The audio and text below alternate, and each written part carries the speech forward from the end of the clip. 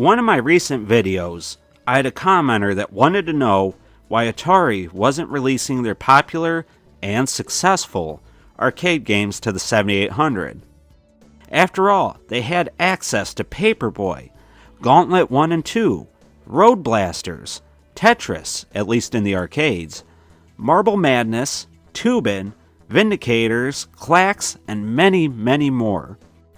So why did Atari ignore their struggling home division and instead bring these arcade classics home to the NES under the Tengen name? Well, there is a very good reason for that. And to explain, I have to take you back to 1983 and 84, when Time Warner decided to sell Atari.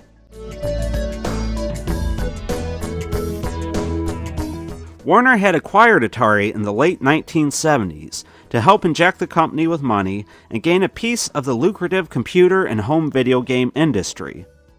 At the time, Atari seemed poised to not only lead the US in innovation and sales in technology and entertainment, but perhaps even the world. Warner was all too happy to acquire Atari and make it a division within their own company.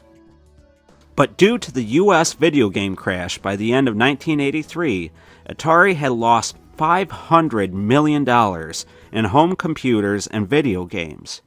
In fact, it was only their arcade division that showed any profit or promise of having a profitable future. For that reason, Warner found a buyer for Atari in Jack Tramiels and sold him the rights to the consumer product division, which includes home products, video games, and computers. Warner, however, held on to the rights for the arcade division. Now, buying everything but the most profitable and promising arm of Atari would be a hard sell for most people, but it seemed to be right up Jack's alley, as he was looking for a way to stay in the home computer market after being ousted from Commodore. He did not really care much for arcade games or video games in general.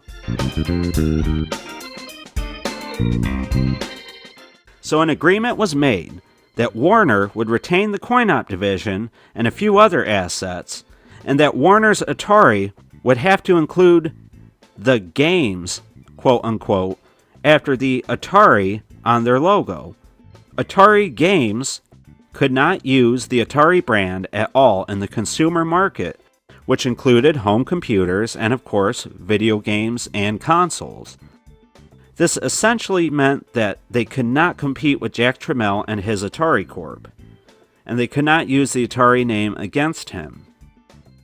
Warner would soon thereafter sell a controlling stake in Atari Games to Namco, giving Namco 60% ownership, while Warner retained 40%. Now, it could have been possible that Jack Tramiels' Atari Corp and the Warner and Namco-owned Atari Games could have done business, allowing the 7800 to get the rights to arcade ports. But Jack was nothing if not a shrewd businessman.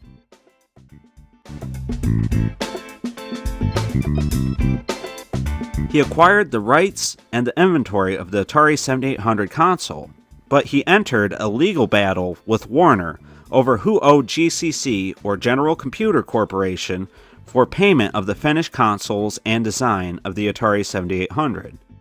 You see, GCC created the Atari 7800 for Warner's Atari, with Atari themselves only providing the case and the controllers for the project.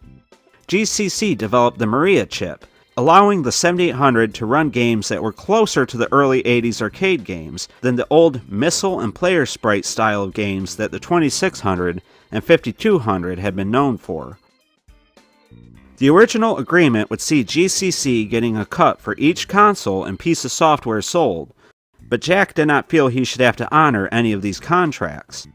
He wanted Warner to pay off GCC for their work, since it was done under their umbrella, but Warner argued that Jack had inherited everything, including the contracts, and they said that Jack would have to pay them.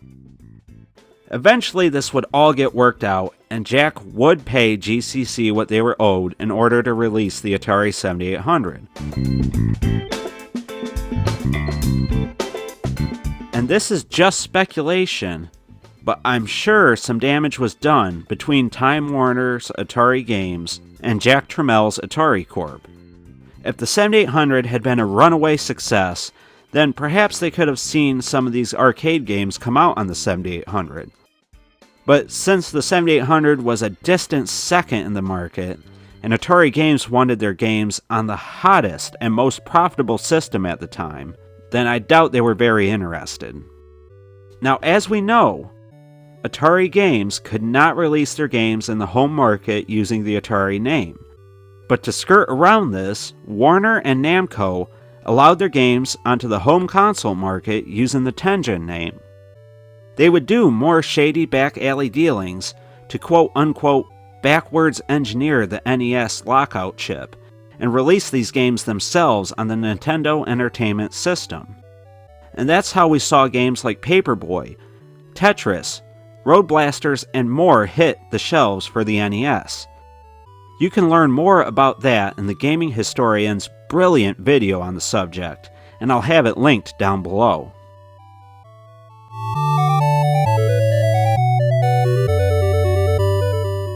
And so, because of all this, the Atari 7800 would not see any of these arcade classics on their console. It wasn't a matter of Atari's own Coin Op division ignoring their own home gaming console, but rather a tale of two companies using the same name and logos for two different industries. It had to have been confusing for outsiders, however. Imagine getting a 7800 because you were sure all the cool Atari arcade games were going to come out on the Atari home console.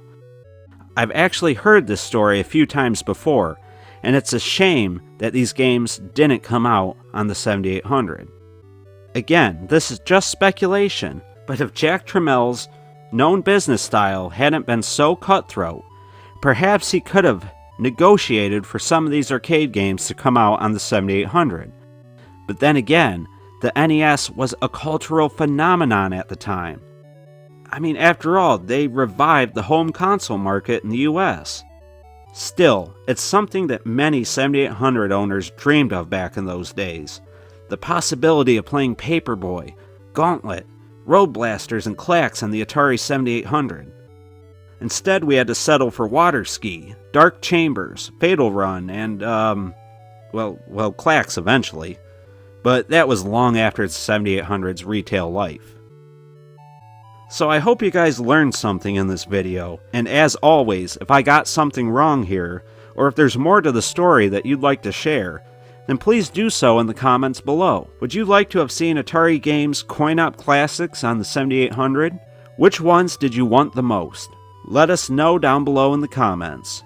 Alright guys, thanks for watching, and I hope to see you in the next one. 800 plays all the 2600 games. As a consumer, I like the 7800 because most games cost under $20. The Atari 7800, the choice of the experts.